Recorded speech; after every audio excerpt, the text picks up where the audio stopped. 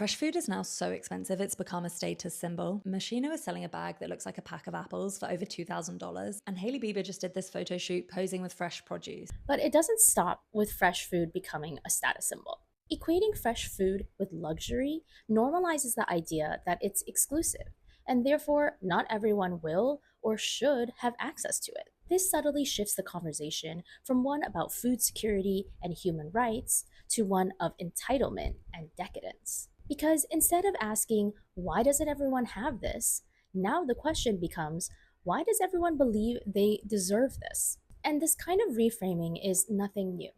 Just look at the case of water. Despite it being a human right, it's listed in the UN Declaration as such. Water has been turned into a branded product that the people living right next to the source can no longer access. Nestle has been pumping millions of gallons of water in wells near Flint, Michigan for its Ice Mountain brand. All the while, local residents can't access clean drinking water because their taps are poisoned with lead. Across Chile, avocado plantations use thousands of liters of water per second to grow branded fruits that end up on the shelves for US and European consumers, while nearby residents are left receiving water by truck twice a week. I saw a version of this with my own eyes while doing fieldwork in Nicaragua, where the fishermen's best catches were immediately iced and shipped abroad. Some of the locals I interviewed told me they had never even tasted some of these premium species. And this sort of entitlement logic doesn't stop with what we eat. It also bleeds into what our bodies are allowed to need. Right now, sleep deprivation is considered a public health crisis.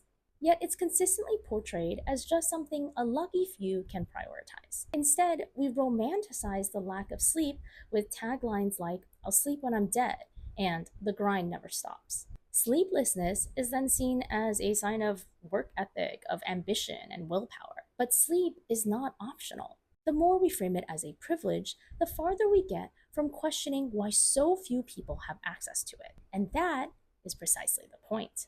When the logic of luxury starts being applied to basic needs, we learn to stop seeing lack of access as a problem but a natural feature of the system. So when some people don't have access to fresh food, clean water, or a full night's sleep, that gets filed under the way things are instead of being challenged as the way things were made to be. Because all of these things are ultimately asking the same question: whose body deserves to be taken care of?